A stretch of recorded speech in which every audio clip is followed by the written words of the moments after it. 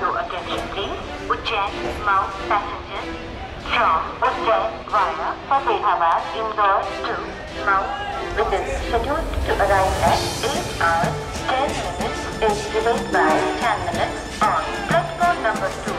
The inconvenience caused is deeply regretted. कृपया ध्यान ये आबू रोड का Fatehabad, Indore railway men's union का ऑफिस है और आज हम रेलवे के कर्मचारियों से बात करने के लिए यहाँ बैठे हैं। केंद्र सरकार का सबसे बड़ा प्रतिष्ठान है वो है रेलवे। करीब 13 लाख लोग इसमें काम करते हैं और 25 से 30 लाख लोग ऐसे हैं जो रिटायर्ड हैं और उन पर जो डिपेंडेंसी है वो भी कई सारे लोगों की है। तो यानी कि एक बड़ा वोट बैंक रेलवे का इस देश में है। हम बात करेंगे, हमारे साथ रेलवे मेंस यूनियन के जो सदस्य हैं वो मौजूद हैं। 7th पे कमीशन जब लागू हुआ तो उसमें हमारी बेसिक मांग थी मिनिमम वेटेज और फिटमेंट फार्मूले को लेके। मिनिमम वेटेज हमने सभी जो लास्ट लेबर कॉन्फ्रेंस हुई थी उसके अनुसार हमने सभी तथ्यों को रखते हुए मिनिमम 26,000 रुपये निकाला था।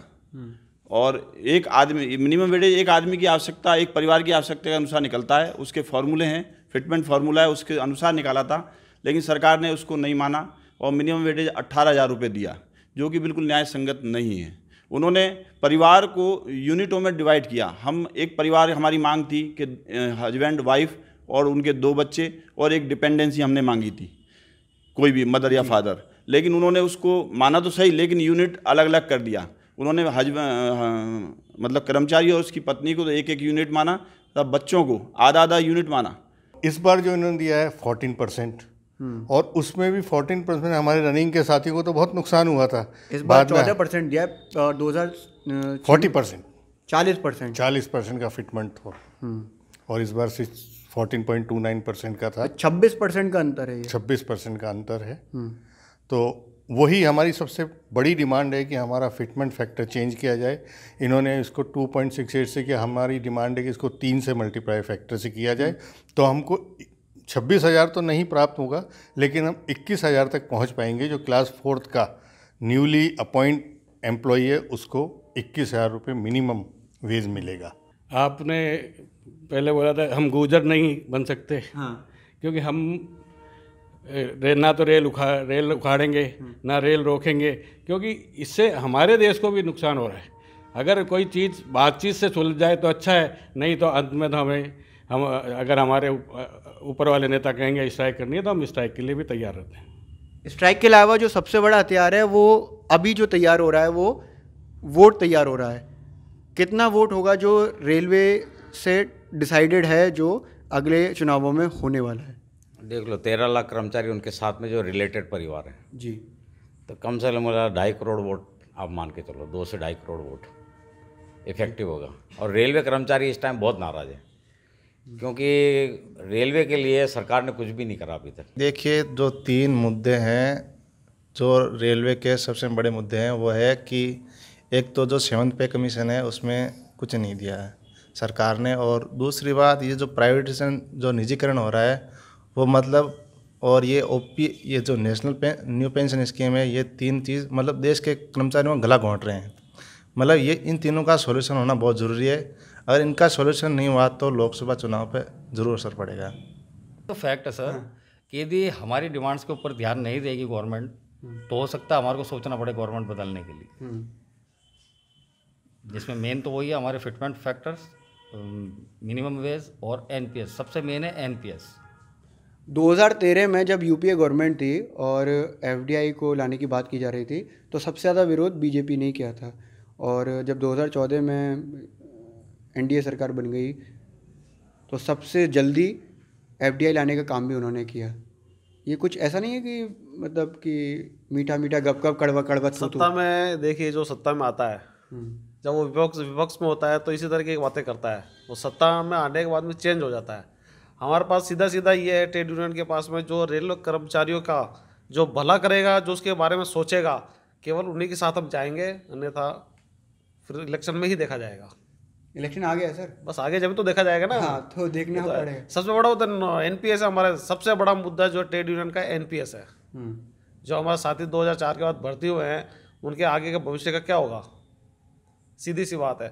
इसलिए ट्रेड यूनियन की तो यही वो है कि देखा जाएगा जो ट्रेड यूनियन के साथ में है, कर्मचारी के साथ में है, जो रेलवे कर्मचारियों का भला करेगा वही आगे चलेगा, अन्यथा आगे नहीं जाएगा वो। मोदी जी ने भला किया नहीं किया है? मोदी जी अपने हिसाब से उनकी सोच है, वो सोच रहे हैं हमने भला किया है, कई क्षेत्र में उन्होंने किया भी है, लेकिन रेलवे के क्षेत्र में इतना भी नहीं किया है, इतनी हमारी मांगे नहीं मानी गई अभी। रेलवे में सेफ्टी के साथ खिलवाड़ है एफडीआई।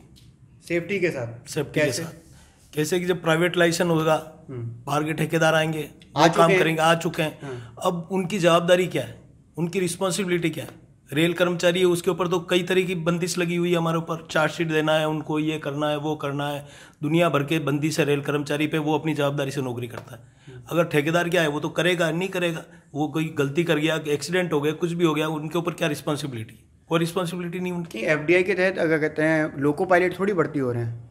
लोको पायलट नहीं हो रहे तो लोको पायलट से ही गाड़ी नहीं चलती है सर। एनपीएस सबसे बड़ा मुद्दा है, जो 2004 के बाद लोग भर्ती हुए हैं उनकी पेंशन सरकार नहीं कर रही है। दूसरा जो बड़ा मुद्दा है वो है 2016 में लागू हुआ 7वां वेतन आयोग, जिसमें केवल 14% केवल 14% जो है वो इंक्रीमेंट हुआ, जबकि 2006 में जो छठा वेतन आयोग लगा था उसमें 40% हुआ था। मतलब अंतर देखिए अब 26% का अंतर है, ये दूसरा बड़ा मुद्दा। और तीसरा है एफडीआई। एक बड़ा सवाल ये है कि देश का सबसे बड़ा प्रतिष्ठान जिसमें 13 लाख एम्प्लॉई हैं, जिसके रिटायर्ड एम्प्लॉई की संख्या लगभग 25-30 लाख है और जिस पर डिपेंडेंसी लगभग 1 करोड़ के पार जाती है, लगभग 1 करोड़ वोटर्स हैं रेलवे के तरफ से कहा जाए तो, और उसको सरकार इग्नोर कर रही है। शायद सरकार इसलिए इग्नोर कर रही है कि उनको लगता है कि वो ट्रेडिशनल वोटर्स हैं, कि वो हमेशा रेलवे का जो वोटर है या जो एक बड़ा हिस्सा है वो बीजेपी का वोटर रहा है। लेकिन शायद इस बार ये कहानी बदले, नया इतिहास लिखा जाए और 2019 में अगर ये तीनों मांगें नहीं होती हैं तो शायद बीजेपी को इसका खामियाजा भुगतना पड़ सकता है। ये हमें आबू रोड में रेलवे मेंस यूनियन के लोगों के साथ बात करते हुए समझ में आया है।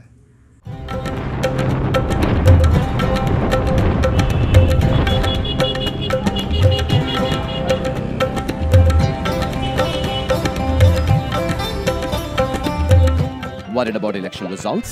Don't worry. India has had 10 governments, 6 of which have been coalitions, and stock markets have risen.